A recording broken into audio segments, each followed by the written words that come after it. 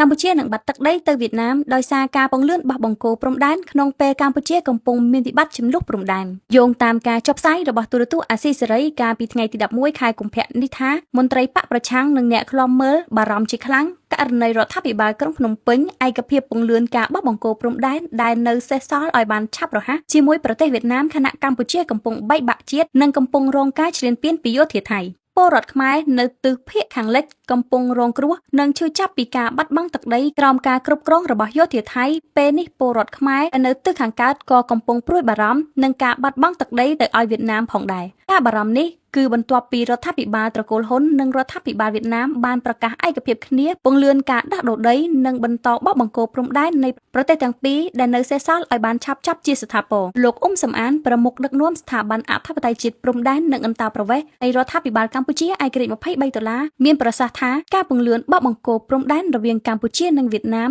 ដែលនៅសល់16%ឲ្យឆាប់ចប់គឺលោកហ៊ុនសែននឹងកាត់ទឹកដីខ្មែរបន្ថែមទៀតដើម្បីសងគុណទៅវៀតណាមដែលបានលើកបន្ទប់លោកឲ្យកាន់អំណាចតាំងពីទសវត្សរ៍ទី80មកលោកសួសយ៉ារ៉ាអ្នកនាំពាក្យគណៈបកប្រជាជនកម្ពុជាថ្លែងក្នុងសារនិស្សិតកាសែតកាលពីថ្ងៃទី8ខែកុម្ភៈឲ្យបញ្ជាក់បន្ថែមថា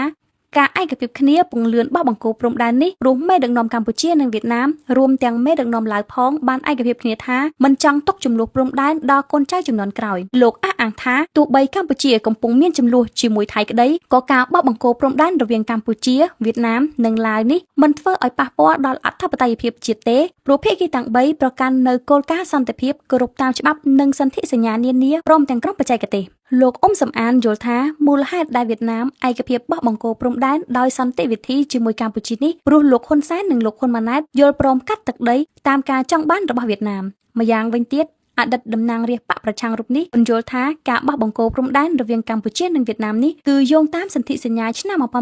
1982និងឆ្នាំ1985ក្នុងសម័យកាលកម្ពុជាស្ថិតក្រោមអាណានិគមវៀតណាមនោះគឺធ្វើឲ្យកម្ពុជាបាត់បង់ទឹកដីជាច្រើនទាំងដែនគោកនិងដែនទឹកទៅឲ្យប្រទេសវៀតណាមព្រំដែនគោកប្រទេសកម្ពុជាជាប់នឹងប្រទេសវៀតណាមមានប្រមាណ 1.270 គីឡូម៉ែត្រចាប់ពីឆ្នាំ2005រហូតដល់បច្ចុប្បន្នភាគីទាំងពីរបានឯកភាពបោះបង្គោលព្រំដែនបានជាង 84% ហើយនៅសល់ 16% ទៀតដោយឡែកព្រំដែនទឹកមានប្រមាណជាង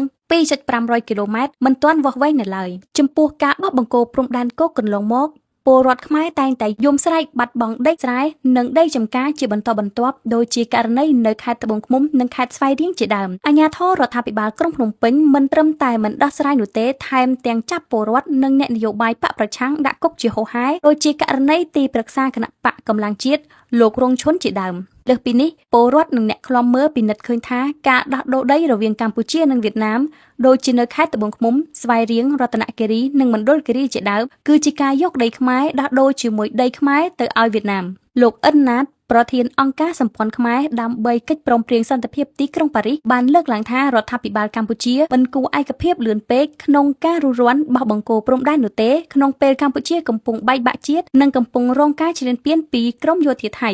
លោកជឿថាវៀតណាមសម្លឹងឃើញផលប្រយោជន៍ធំធេងទើបវៀតណាមចង់ពង្លឿនបោះបង្គោលព្រំដែនជាមួយកម្ពុជាឲ្យឆាប់ចប់លោកបន្ថែមថាផែនទីនិងសន្ធិសញ្ញាឆ្នាំ1982និងឆ្នាំ